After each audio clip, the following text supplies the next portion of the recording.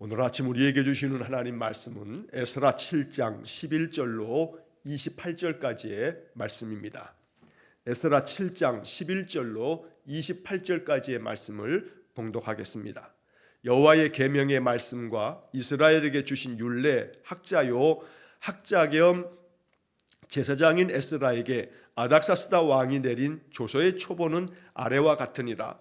모든 왕의 왕 아닥사스다는 하늘의 하나님의 율법의 완전한 학자 겸 제사장 에스라에게 조서를 내리노니 우리나라에 있는 이스라엘 백성과 그들 제사장들과 레위 사람들 중에 예루살렘으로 올라갈 뜻이 있는 자는 누구든지 너와 함께 갈지어다.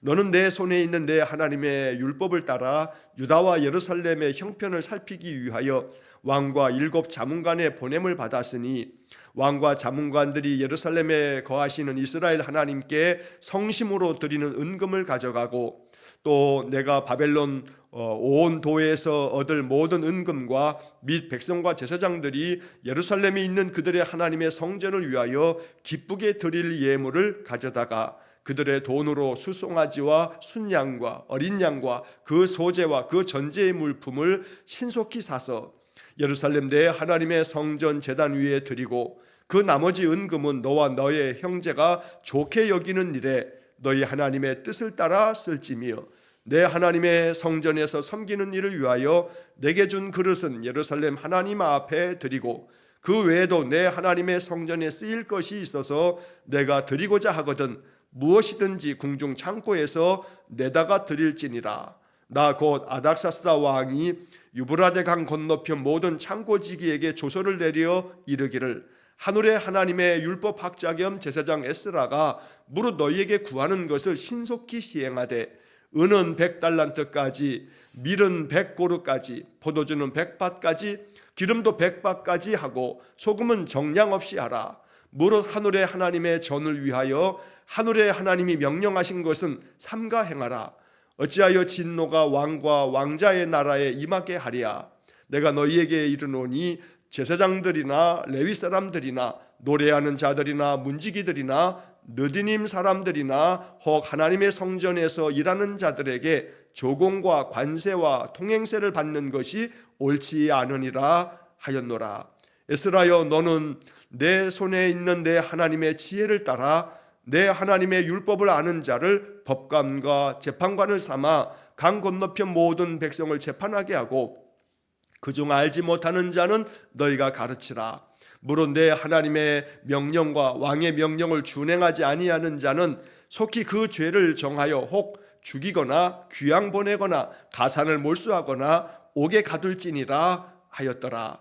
우리 조상들의 하나님 여호와를 송축할지로다. 그가 왕의 마음에 예루살렘 여호와의 성전을 아름답게 할 뜻을 두시고 또 나로 왕과 그의 보좌관들 앞과 왕의 권세 있는 모든 방백의 앞에서 은혜를 얻게 하셨도다.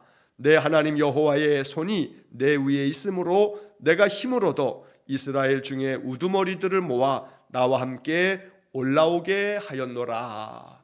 아멘. 자, 오늘 에스라 7장 11절로 28절까지 말씀을 읽었는데 어제 주일 말씀 우리가 매일 성경 묵상하는 말씀이 7장 1절부터 10절까지의 말씀이었습니다. 자, 어제 본문의 이야기를 잠깐 좀 정리하고 오늘 11절 이하의 7장의 나머지 말씀들을 살펴보겠습니다. 자, 지난 토요일까지 우리가 에스라 6장까지를 읽었는데 에스라 6장에서 이 바사의 다리오 왕 6째 해에 성전 건축을 다 마치게 되었습니다. 이 성전 건축을 다 끝낸 후에 성전을 하나님께 올려드리는 봉헌식을 거행합니다. 그것이 주전 516년이라고 지난주에 말씀을 드린 바 있습니다. 성전을 다 완공하고 하나님께 봉헌식을 거행하고 난 다음에 이제 이스라엘 사람들은 유월절을 지킵니다. 그래서 하나님께서 출애굽을 할 때 베푸셨던 은혜를 기억하면서 지키는 이 명절 유월절과 무교절을 지키면서 하나님 앞에 감사의 예배를 또 구원하신 은혜에 대한 감격스러운 예배를 드리게 되었던 겁니다. 자, 7장의 이야기로 넘어오면서 어제 우리가 묵상하는 그 본문에 보면 1절에 이 일 후에 바사왕 아닥사스다가 왕위에 있을 때에 에스라라 하는 자가 있으니라 하면서 이제 에스라의 이야기가 이제 등장하게 됩니다. 자, 바사왕 다리오로부터 그 다음에 이제 아닥사스다 왕이 될 때까지 또 그 중간에 아하수에로 왕도 있고 시대가 조금 한참 지나가게 됩니다. 그래서 이 아닥사스다 왕이 이 바사 페르시아의 왕이 되었을 때의 그 재임 기간이 주전 464년에서 424년까지 이 아닥사스다 왕이 이 페르시아와 그 당시 모든 나라들, 이 페르시아 제국을 이루었기 때문에 많은 나라들을 이제 통치했던 겁니다. 자, 이 아닥사스다 왕이 페르시아의 왕이 됐을 때 그때 에스라라고 하는 사람이 있었는데, 자, 7장 그 1절서부터 5절까지 그 긴 이야기를 보면 이 족보 이야기가 쭉 나옵니다. 그래서 에스라가 누구의 아들이고 누구의 손자고 누구의 증손자고 누구의 현손이고 누구의 5대손, 누구의 6대손, 누구의 7대손 뭐 이렇게 계속 거슬러 올라가서, 그래서 맨 마지막에 5절의 마지막 끝에 보게 되면 대제사장 아론의 16대손이라 이렇게 에스라의 그 족보, 조상들이 누군가의 명단이 쭉 기록된 겁니다. 우리가 볼 때는 별로 의미가 없어 보입니다. 뭐 에스라의 아버지가 누구고 할아버지가 누구고 증조할아버지, 고조할아버지, 그 다음에 계속해서 5대 그 조상, 6대, 7대 해가지고 16대 조상이 누구까지인지를 이 성경이 이렇게 자세하게 기록한 이유가 뭘까? 그것은 다름 아닌 이 에스라라고 하는 사람이 남유다의 이제 지도자로 제2차 바벨론에서 돌아오게 되는 것을 2차 귀환이라고 하는데, 그 2차 귀환의 지도자 역할을 감당했던 사람이 에스라입니다. 그런데 이 에스라가 도대체 누구길래? 라고 이렇게 물을 수 있을 때, 에스라는 바로 그 옛날 출애굽할 당시에 모세와 아론이 우리를 이끌었는데, 우리 조상들을 이끌었던 그 당시 대제사장 아론의 16대 자손이 바로 저 에스라야 라고 하는 것을 유다 사람들에게 알려주기 위해서입니다. 그러니까 이 얘기는 단순히 족보를 얘기하고 있는 것이 아니고 하나님의 약속에 의해서 첫 번째 대제사장으로 부름받았던 아론의 16대 손이니까 이 에스라는 정통성을 가지고 있는 제사장 가문의 그런 집안의 사람이다. 그래서 남유다 사람들이 바벨론 70년의 그 포로 생활 중에 뭐 지도자들이 다 사라져버린 그때 우리의 영적 지도자가 누구이냐라고 하는 부분에 있어서 이 에스라는 정통성을 가지고 있는, 그래서 온 유다 사람들이 그 권위를 인정할 수밖에 없는 그런 사람이다 라고 하는 것을 알려주기 위해서 에스라의 족보 이야기가 이렇게 길게 기록된 겁니다. 그러니까 오늘날 우리에게는 별로 그렇게 크게 감흥이 없는 그런 이야기들이지만 남유다 사람들에게는 바로 에스라가 아론의 16대 후손이니까 이 에스라는 하나님께서 택하신 사람이구나 라고 하는 신뢰를 갖게 되고, 그러다 보니 에스라가 2차 귀환 때 이 남유다 사람들을 또 한 번 예루살렘으로 유다 땅으로 데리고 올 때 지도자 역할을 감당했다는 겁니다. 자, 6절 말씀에 보면 그런 에스라가 하나님께서 그 주신 모세 율법에 아주 익숙한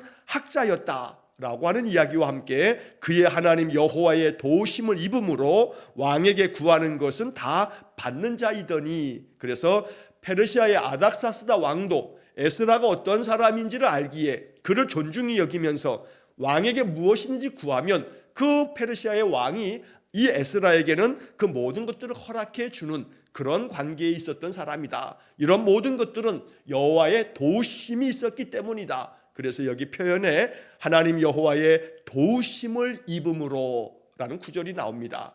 이 말씀이 참 은혜로운 말씀입니다. 이 6절 말씀의 이 구절이 여호와의 도우심을 입음으로, 이 표현이 우리의 마음속에 깊이 새겨져서 이게 우리의 기도가 되기를 간절히 축원합니다. 우리 인생의 삶에서도 하나님의 도우심이 있으면 우리의 삶이 참으로 순조로울 뿐 아니라 거기에 평강이 있고, 더러 시련과 고난이 있다 할지라도 하나님의 도우심을 힘입으면 그 모든 것들을 지혜롭게 감당해 가는 은혜가 있을 줄로 믿습니다. 그래서 이 에스라서에는 여기 6절에 여호와의 도우심을 입음으로라고 하는 말도 나옵니다만, 그 밑에 보게 되면 9절 말씀에 또 이런 말씀도 나옵니다. 하나님의 선한 손에 도우심을 입어 다섯째 달 초하루에 예루살렘에 이르니라.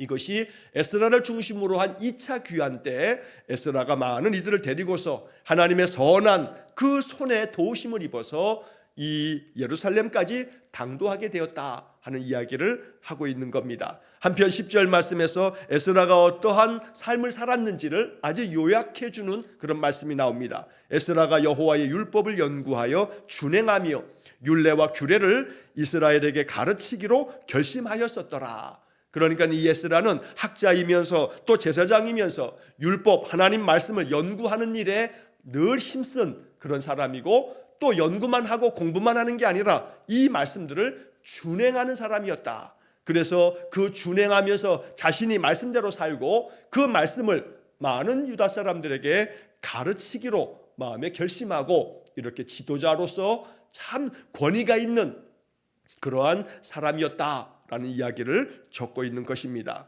자, 그리고 이제 오늘 본문의 이야기로 넘어오면 이제 이 학자요 제사장인 에스라에게 아닥사스다 이 페르시아 왕이 조서를 내립니다. 네가 가서 이렇게 하라. 이 유다 사람들을 더 자원하는 마음을 가지고 있는 사람들을 또 데리고 올라가라 라고 명령을 내리면서 에스라가 필요한 모든 것들은 신속히 그가 원하는 대로 다 주어라 라고 하는 명령을 내리게 되면서 에스라에게도 네가 가서 너희들 백성 가운데 지혜로운 사람들을 법관과 제사장 재판관으로 삼아서 너희 나라들을 잘 가르치고 잘 다스려 가라 라고 하는 그런 명령까지 에스라에게 내리는 이야기가 이제 오늘 본문의 이야기입니다.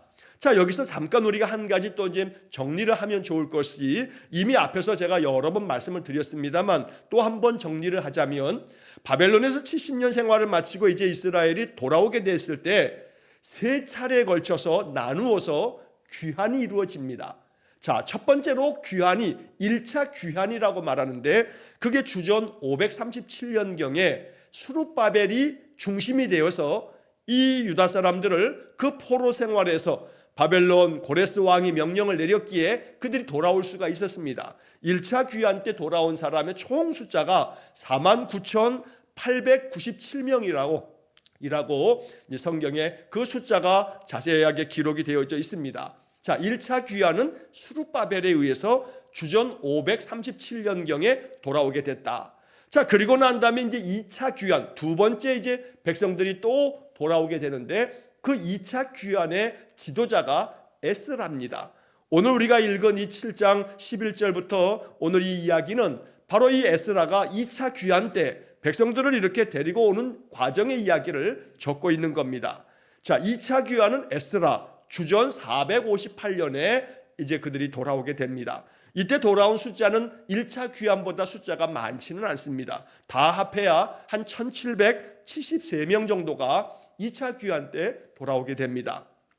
그리고 이제 그 다음에서 3차 귀환이 이루어지게 되는데, 그 3차 귀환은 느헤미야가 중심이 돼서 돌아오게 됩니다. 3차 귀환의 지도자는 느헤미야입니다. 그래서 이 느헤미야는 주전 444년에 이 이스라엘 사람들을 또 다시 데리고 이 예루살렘으로 돌아오게 되는데, 3차 귀환의 그 숫자는 성경에 정확하게 숫자가 기록되어져 있지 않습니다.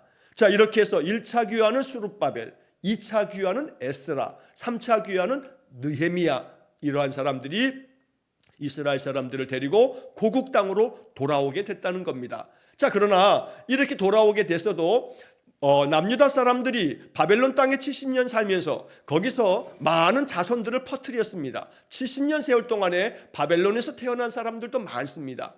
그런 모든 사람들이 다 이스라엘 이 예루살렘으로 돌아온 것은 아닙니다. 돌아오지 아니하고 바벨론 땅에 머물러 살았던 사람들도 상당수가 있는 겁니다. 자, 그런 가운데 오늘 성경에서도 그런 말씀이 나옵니다만, 자원하는 사람, 기쁨으로 원하는 그런 뜻을 가지고 있는 사람이 있으면 예루살렘으로 돌아가도 좋다라고 이렇게 페르시아 왕이 명령을 내리고 있는데, 결국 이 말은 너희들이 바벨론에서 이 페르시아 땅에서 살지 아니면 너희들의 그 조상들의 땅으로 돌아가게 될지 너희들이 원하는 대로 선택하고 결정해라 라고 아닥사스다 이 페르시아 왕은 그러한 자율적인 그런 선택을 하도록 그렇게 명령을 내리고 있는 겁니다.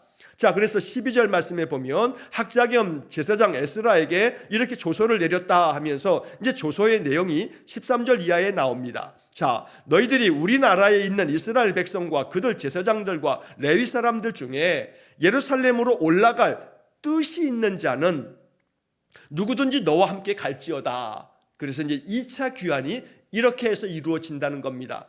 뜻이 있는 사람이라면 너희들 그 조상들의 땅으로 돌아가도 좋다. 이렇게 해서 이제 돌아가게 되는 건데, 자 14절에 너는 내 손에 있는 내 하나님의 율법을 따라 이스라엘과 예루살렘의 형편을 살피기 위하여 왕과 7 자문관의 보냄을 받았으니, 자 이 이야기는 이제 너는 바로 에스라를 말하는 겁니다. 이제 아닥사스다 왕이 에스라에게 조서를 내리면서 이렇게 말한 겁니다. 자 에스라야, 너는 네 손에 있는 하나님의 율법을 따라 이스라엘 그 백성들 유다와 예루살렘의 형편을 잘 살펴라.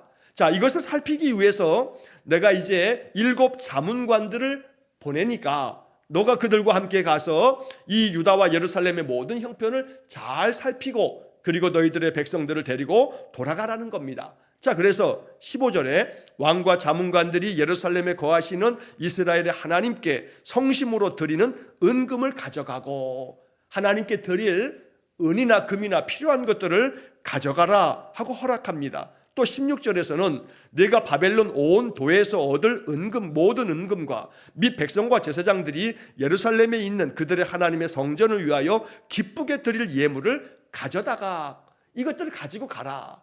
자, 이 말은 바벨론 온 도에서 얻을 모든 은금, 바로 이 말은 여전히 페르시아에 그냥 남기로 한, 바벨론이 페르시아에 의해서 망했지 않습니까? 그러니까 이 페르시아에 여전히 남아있는 그 유다 사람들이 자기들은 떠나지 않지만 고국 땅으로 돌아가게 되는 사람들에게 예물을 드리게 되면 그들이 준 은이나 금을 가지고 가라.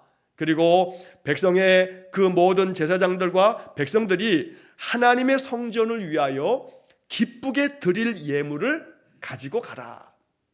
여기서도 중요한 것은 이렇게 유다 사람들 중에서 조상들의 땅으로 돌아가지 않는 사람들이 하나님의 성전이 다 완공되었기 때문에 이제 그 성전에서 예배 드려야 할 모든 제물들과 성전이 잘 보존되기 위해서 필요한 모든 물질들을 그것을 공급하기 위해서 그들이 기쁘게 드릴 예물을 가지고 가라. 여기서도 결국 이제 하나님의 성전을 위해서 백성들은 자원하는 마음으로 또 기쁨 가운데 그 필요한 것들을 그들이 아름답게 헌신함을 통해서 하나님의 성전에서 예배도 하고 또 필요한 모든 것들을 하나님의 영광을 위해서 쓰도록 이제 이 이방의 왕이 이런 명령을 내리고 있다는 겁니다. 자, 그래서 17절에서 이러한 그들의 모든 돈을 가지고 그들이 예물을 드린 그 헌금을 가지고서 너희들이 필요한 모든 물품들을 신속히 사서 예루살렘 내 하나님의 성전 제단 위에 드리고 그 나머지 것들이 있다면 좋게 여기는 일에 너희 하나님의 뜻을 따라 쓸지며, 이렇게 구체적으로 이방의 아닥사스다 왕이 에스라에게 어떠한 지침을 이렇게 잘 알려줍니다. 필요한 것들이 있다면 내가 이제 왕이 명령을 내려서 이 모든 필요한 은금을 너희들에게 줄 거고, 너희들 자손들 너희 백성들도 이렇게 떠나가는 고국 땅으로 가는 그러한 사람들에게 필요한 기쁨의 예물을 그들에게 드려서 여호와의 성전의 모든 것들에 신속히 모든 물품을 사서 하나님께 예배하도록 이렇게 허락을 하고 있는 겁니다. 나머지 것들이 있다면 그 나머지는 너희들이 좋게 여기는 일에 하나님의 뜻을 따라 사용해도 좋다. 이러한 명령까지 아닥사스다 왕이 지금 명령하는 겁니다. 이 모든 것들은 결국 하나님의 역사하심이라고 에스라는 지금 말하고 있는 겁니다. 이방의 왕인데 이방의 왕이 하나님 섬기도록 유다 사람들에게 이렇게 친절하게 이렇게 필요한 모든 것들을 공급하는 방법까지 알려주는 것, 이게 하나님께서 역사 가운데 통치자들을 통해서도 그 뜻을 이루어 가시는 하나님의 섭리를 말하고 있다는 것입니다. 자, 19절에서 그래서 너희 하나님의 성전에서 섬기는 일을 위해서 너에게 준 그릇은 예루살렘 하나님 앞에 드리고 그 외에도 내 하나님의 성전에 쓰일 것이 있어서 내가 드리고자 하거든 무엇이든지 궁중 창고에서 내다가 드릴지니라. 필요한 것이 있다면 언제든지 무엇이든지 여기 페르시아의 왕의 궁정 창고에서 다 가져가도 좋다 하고 아닥사스다 왕이 이렇게 조서를 내려서 에스라에게 명하고 있는 겁니다. 이것이 유다 사람들에게는 참 감격스러운 얘기입니다. 하나님이 역사하셨구나 라고밖에 할 말이 없는 겁니다. 유다 사람들이 한 건 아무것도 없습니다. 페르시아 왕이 바벨론을 무너뜨리면서 바벨론이 망하고 이 페르시아 왕들을 감동시키셔서 예루살렘 땅, 고국 땅으로, 조상들의 땅으로, 약속의 땅으로 돌아가게 하시고 필요한 모든 것들을 왕의 명령을 통해서 다 공급받게 하시고 이런 것들이 결국 하나님의 손을 힘입어서 이렇게 된 것이 아니냐라는 얘기를 하고 있는 것이 바로 이 에스라서라고 하는 이 성경의 내용이라는 겁니다. 자, 한편 21절 이하에 보면 아닥사스다 왕이 또 그 나라, 자기 나라의 창고를 담당하고 있는 창고지기들에게 명령을 내립니다. 자, 하늘의 하나님의 이 학자 겸 제사장인 에스라가 너희들에게 구하는 것을 신속히 시행해라 하고 21절에 말합니다. 에스라가 뭐든지 너희들에게 명하면 창고지기들 너희들은 에스라가 명하는 대로 신속하게 그가 구하고자 하는 것들은 다 제공해줘라 라고 말하는 겁니다. 자, 여기서도 신속히라고 하는 표현이 나옵니다. 우리가 이미 앞에서 17절 말씀에서도 그런 하나님께 드려져야 할 모든 예배에 필요한 것들을 신속히 사가지고 하나님의 성전에서 기쁨으로 드리라고 얘기하고 있는 게 아닥사스다 왕의 조서입니다. 그만큼 아닥사스다 왕은 이런 모든 일들이 신속히 시행되도록 모든 명령을 내리고 있다는 겁니다. 이게 하나님의 도우심인 겁니다. 하나님이 도우셔서 아닥사스다 왕은 이스라엘 사람들의 하나님을 하늘의 하나님이라고 지칭합니다. 하늘의 하나님을 위해서 23절에서도 하늘의 하나님의 전을 위하여 하늘의 하나님이 명령한 것은 삼가 행하라. 하나님께서 에스라를 통해서 하나님께서 이렇게 행하라 하십니다 하면 모든 것들을 다 그대로 시행되도록 그렇게 하라라고 말씀한 겁니다. 여기 22절에서 은은 100달란트까지, 밀은 100고루까지, 포도주는 100밭까지, 기름은 100밭까지 하고 소금은 정량 없이 하라 하는 얘기가 나오는데 여기 은, 또 밀, 포도주, 기름, 소금 이런 것들은 하나님 앞에 드려지는 소제는 번제, 소제, 화목제, 속제제, 속건제 이 5가지 예배법 중에 소제라고 하는 예배는 바로 곡식을 갖다가 하나님께 드리는 그런 예배법입니다. 그래서 밀이 필요하고 또 제사법 중에 전제라는 것이 있습니다. 전제는 포도주나 혹은 짐승의 피를 하나님의 제단에 뿌리는 것이 바로 전제입니다. 그래서 포도주도 기름도 다 하나님께 제사하는 예배하는 데 필요한 예물들입니다. 이런 것들을 넉넉하게 다 제공해 주라고 얘기하고 있는 겁니다. 또한 24절에 내가 너희에게 이르노니 제사장들이나 레위 사람들이나 노래하는 자들이나 문지기들이나 느디님 사람들이나 혹 하나님의 성전에서 일하는 자들에게 이러한 사람들에게는 조공을 바칠 필요가 없다. 관세도 다 면제해줘라. 통행세도 받지 말아라. 이런 것들을 받는 것은 옳지 않다 하면서 하나님의 사람들에게 이런 모든 것들을 면제해 주는 그런 명령을 내리고 있는 겁니다. 흥미로운 것은 이 24절의 이 이야기처럼 오늘날 이 현대 사회에서도 종교에는 나라가 모든 것들을 면세해 줍니다. 그래서 이 종교 단체들이 행하는 것들에 대해서 국가는 이 종교는 이익 집단이 아니기 때문에 영리를 추구하는 것들이 아니기 때문에 그래서 모든 종교 단체들에게 그러한 어떤 세금에 있어서는 면세를 해주는 이러한 제도는 어찌 보면 그 고대 사회에서도 이렇게 아닥사스다 왕도 제사장들이나 레위 사람들이나 노래하는 자들이나 문지기들이나 이런 사람들은 다 하나님의 성전에서 예배하는 그런 성전 종사자들인데 그들에게는 이렇게 면세해줘라 라고 하는 명령도 아닥사스다 왕이 내리고 있다는 겁니다. 이런 모든 것들이 하나님의 도우심의 손길이었다고 얘기하고 있습니다. 자, 한편 25절과 26절에서는 이 아닥사스다 왕이 에스라에게 직접 이런 명령을 내립니다. 자, 너는 내 손에 있는 내 하나님의 지혜를 따라 내 하나님의 율법을 아는 자를 법관과 재판관을 삼아서 그래서 강 건너편 너희 모든 백성들을 재판하도록 해라. 또 잘 알지 못하는 자들을 가르치도록 해라 하고 에스라에게 이런 모든 책무를 맡겨줍니다. 자, 그런데 여기서 그 표현을 보면 에스라여 너는 내 손에 있는 내 하나님의 지혜를 따라. 이게 참 이 페르시아의 왕이 이 학사 겸 제사장인 에스라에게 하나님의 지혜를 따라서 재판관들을 세워가지고 이렇게 재판하면서 또 가르침의 직임을 감당하라고까지 명령을 내립니다. 말 그대로 하나님께서 아닥사스다를 통해서 일하고 계시는 모습을 보게 된다는 겁니다. 하나님의 지혜를 따라서 행하라 라는 얘기까지 하고 있는 겁니다. 어찌 보면 아닥사스다 왕이 마치 예언자 같습니다.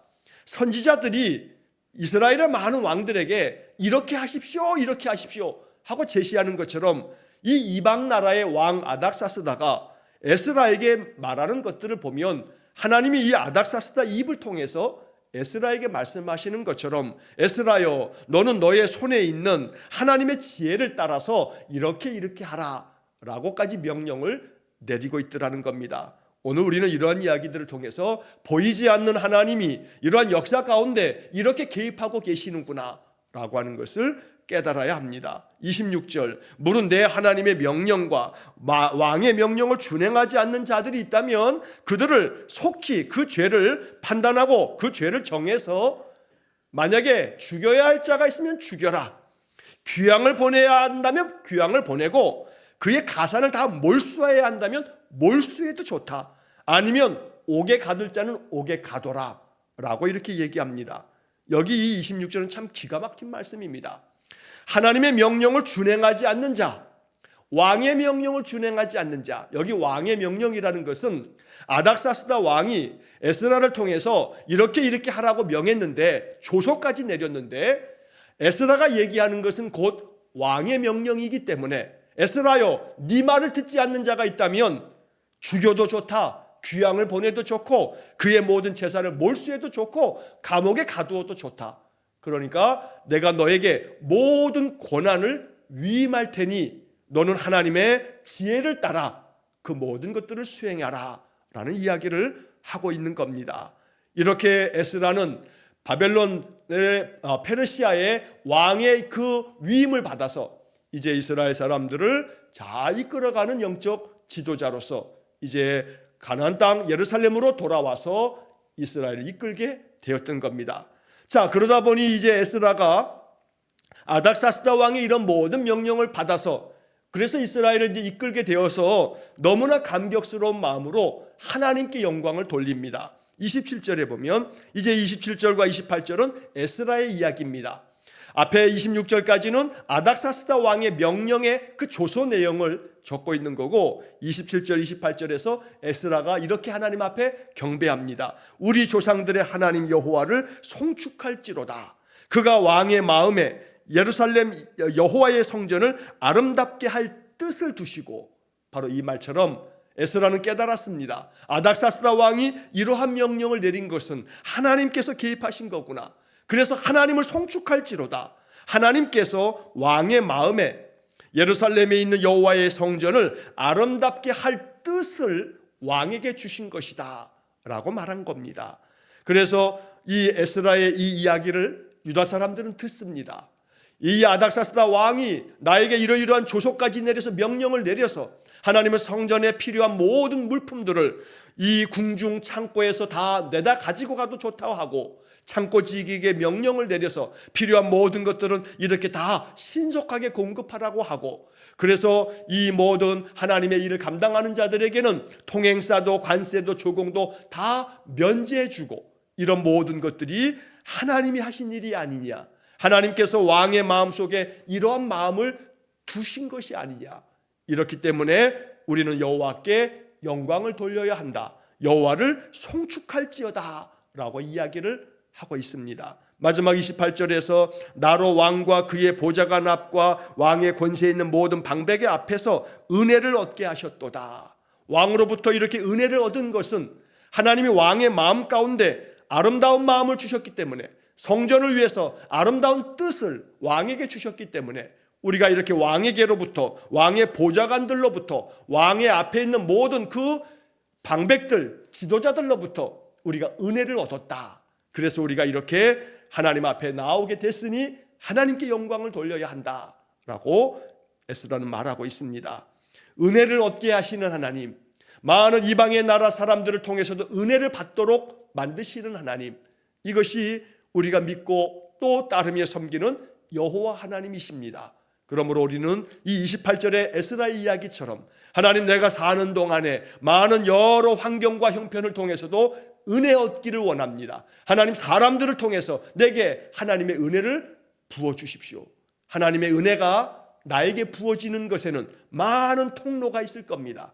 사람들의 도움의 손길을 통해서도 은혜를 주실 뿐만 아니라 또 하나님이 지혜를 주셔서 그 지혜롭게 모든 것들을 행할 때 그 모든 일들이 순조롭게 아무 막힘없이 흘러가도록 하나님 도우시는 손길을 기도해야겠습니다. 그래서 28절의 마지막에 내 하나님 여호와의 손이 내 위에 있으므로 내가 힘을 얻어 이스라엘 중에 우두머리들을 모아서 나와 함께 올라오게 하였다. 그래서 2차 귀환이 이렇게 이루어지게 됐다 하고 에스라가 적고 있는 겁니다. 28절의 이 마지막 구절을 마음 깊이 묵상하면서 나의 하나님 여호와의 손이 나의 위에 있으므로 내가 힘을 얻었다. 이 에스라의 고백처럼 우리가 인생을 살아가기를 간절히 축원합니다. 날마다 하나님의 손이 내 위에 있다.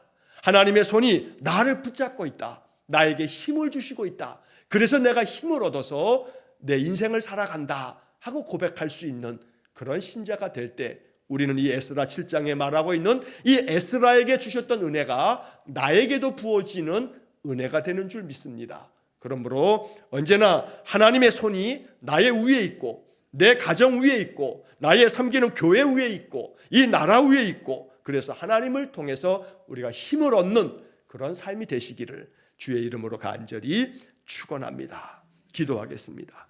자비로우신 아버지 하나님, 오늘도 우리의 삶에 여호와의 손이 임하여 하나님의 그 힘을 힘입어서 날마다 강건하게 또 굳건하게 우리 인생을 살아가게 주옵소서. 아닥사스다 왕을 통해서 유다 사람들을 선하게 이끄신 하나님, 그래서 전심으로 하나님 앞에 드려져야 할 모든 것들을 공급하면서 이렇게 역사하신 하나님을 유다 사람들이 바라보면서 큰 감격과 감동이 있었을 것인데, 하나님 간절히 원합니다. 우리의 삶에서도 하나님의 도우심의 그 은혜가 늘 느껴지므로 하나님 앞에 감격의 예배를 드리고 감사의 찬양을 올리는 그런 성도의 삶이 되게 해 주옵소서. 모든 것을 하나님께 맡기고 여호와만을 송축하며 우리 인생 살게 해 주옵소서. 예수님 이름으로 기도하옵나이다. 아멘. 우리 구주